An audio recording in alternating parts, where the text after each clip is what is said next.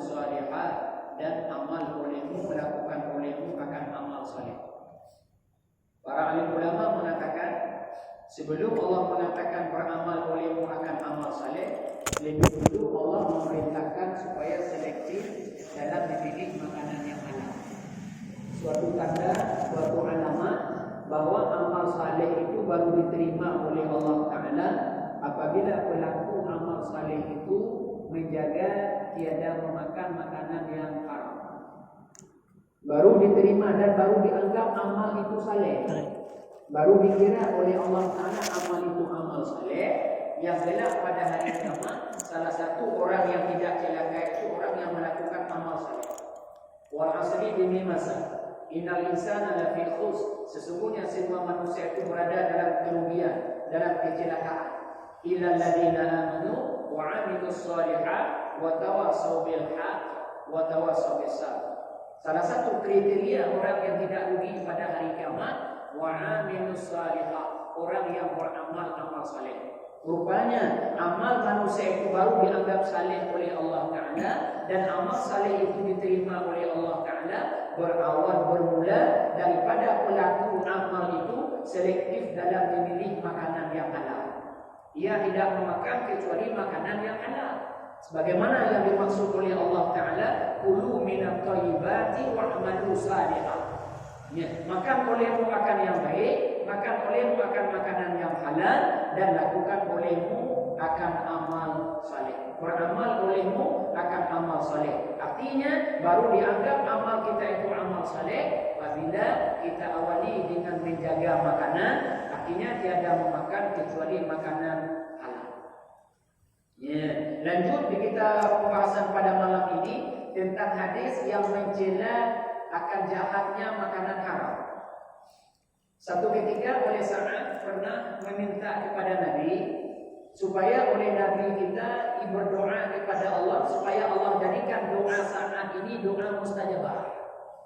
Sa'ad meminta kepada Nabi, Sa'ad datang kepada Nabi, dia munajat kepada Nabi dalam bahasa Tajuk, ya Rasulullah, minta olehmu kepada Allah supaya Allah jadikan doa itu doa mustajabah.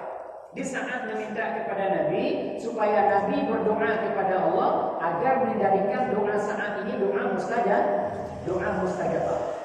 Ya Rasul, doa kamu kepada Allah, mintalah kepada Allah, mohonkan kepada Allah supaya Allah jadikan doa saya doa mustajabah. Artinya supaya Allah terima doa-doaku, kata Sa'ad.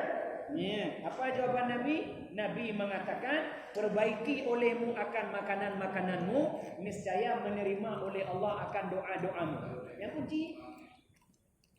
kunci diterima doa kita oleh Allah Ta'ala berbaik dalam makanan, baik makanan.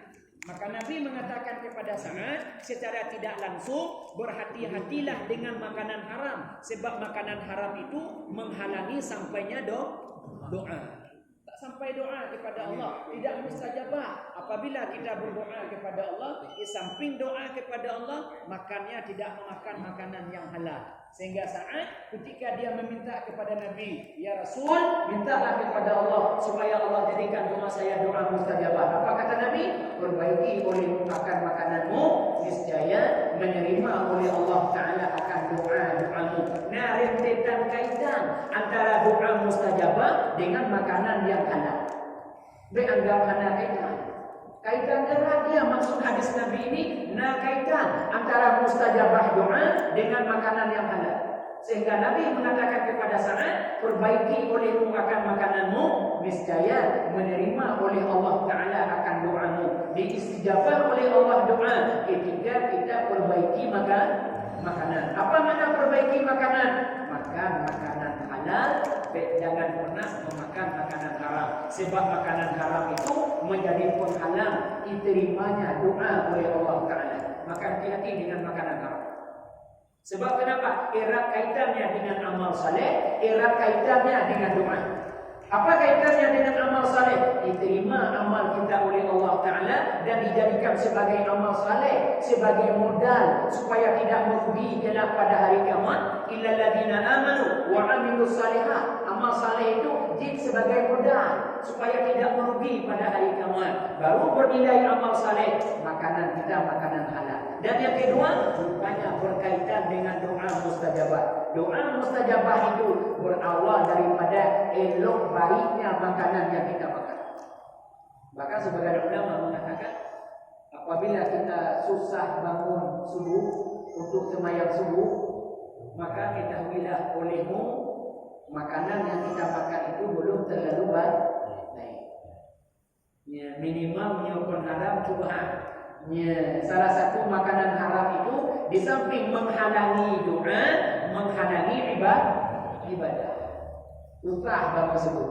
Ya, susah bangun subuh. Kenapa susah bangun subuh? Tidak jeli, tidak teliti, tidak selektif dalam memilih makanan yang halal. Rupanya makanan halal sebagai pendorong untuk ibadah, makanan haram itu sebagai penghalang untuk ibadah. Di sini apa maknanya? Doa mustajabah itu berawal daripada memperbaiki makanan. Maka Nabi kata kepada Sa'ad, perbaiki olehmu makananmu, niscaya Allah Ta'ala akan terima doa. Di hadis lain diterima daripada Abdullah bin Abbas, Nabi juga bersabda, apa kata Nabi? Inna lillahi malakan fi baitil maqdis. Sesungguhnya bagi Allah Ta'ala itu natiro malaikat di baitil maqdis, Palestina, ya, atau Masjidil Aqsa, dinamakan juga dengan Baitul Maqdis. Nabi mengatakan, Inna lillahi malakan fi Baitul Maqdis. Sesungguhnya bagi Allah Ta'ala itu punya satu malaikat. Allah letakkan malaikat itu di Masjid Baitul Maqdis atau Masjid Al-Aqsa Palestina. Dan malaikat itu setiap malam berseru. Yunadi kulla laylatin. Malaikat itu berseru pada tiap malam. Apa yang diseru oleh malaikat itu? Man akala haraman lam yuqbal minhu sarfun wala adl. Yang mantap seruan malaikat. Man akala haraman lam yuqbal minhu sarfun wala adl. Barang siapa memakan makanan yang haram, maka tidak diterima darinya adlun wala sarfun. Sarfun tidak diterima, adlun tidak diterima. Apa yang dikatakan sarfun? Ibadah sunnah. Apa yang dikatakan adlun? Ibadah wajib. Yang seruan malaikat di Baitul Maqdis, yang malaikat itu sengaja Allah wakilkan supaya duduk di Baitul Maqdis dan dia berseru setiap malam. Siapa yang memakan makanan yang haram, la yuqbal minhu sarfun wala adlun. Siapa yang memakan makanan yang haram, tidak diterima darinya baik ibadah sunnahnya sarfun wala adlun atau ibadah wajib. Tidak diterima oleh Allah Ta'ala. Kenapa tidak diterima oleh Allah Ta'ala? Sama bandingannya seperti tak semayang dengan injil yang bernajis. Cobalah semayang dengan pakaian yang bernajis. Entah semayang. Pakaian bernajis, baju bernajis, sajadah bernajis. Tak semayang dengan pakaian yang bernajis. Bagaimana mungkin diterima oleh Allah Ta'ala sementara pakaian yang kita pakai tidak suci daripada najis? Apa hubungannya najis dengan makanan yang haram? Sama. Najis itu pakaian yang menajisi badan, sementara makanan haram itu barang yang menajisi badan.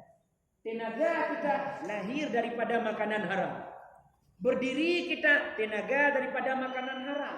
Rukuk kita kuat yang didatangkan oleh makanan haram. Sujud kita kekuatan yang didatangkan oleh makanan haram. Baca Quran kita kekuatan yang didatangkan oleh makanan haram. Maka orang yang memakan makanan haram ini akan jadi kepada tenaga. Artinya dia beribadah dengan tenaga yang hasil dari makanan haram. Apa bedanya? Nadirnya, timbangannya sama seperti kita sembahyang dengan pakaian yang bernajis. Maka kata malaikat itu lam yuqbal sarfun bilhu sarfun wala adlun. Tidak diterima dari orang yang memakan makanan haram itu sama ada sarfun atau adlun. Apa yang dikatakan sarfun? Ibadah sunnah. Rawatib qabliyah ba'diyah, duha, tahajud, witir, baca Quran yang di luar sembahyang, yang perguna-gunaan. Fajar wajib baca Quran dan sembahyang itu pun sekedar Fatihah. Nya selain Fatihah sunat, di luar sembahyang sunat, yang safur atau adalun ibadah wajib. Itu ibadah wajib, sembahyang 5 waktu, puasa di bulan Ramadan, sedekah bulan kita, siapkan ibadah-ibadah wajib. Maka semua bentuk ibadah, sama ada ibadah sunat atau ibadah wajib, malaikat yang menyeru itu mengatakan lam yuqbal, tidak diterima ibadahnya sunat dan wajib. Siapa tidak menerima?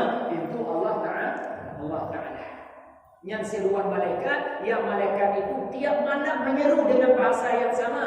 Ya, malaikat itu sengaja Allah wakilkan untuk duduk di Baitul Maqdis, dan tiap malam malaikat itu mengatakan man akala haraman lam yuqbal minhu sarfun wala adlun. Orang yang memakan makanan haram tidak diterima darinya, sama ada ibadah sunat atau ibadah wajib. Pertanda bahaya, tercela makanan haram ini, rugi ibadah.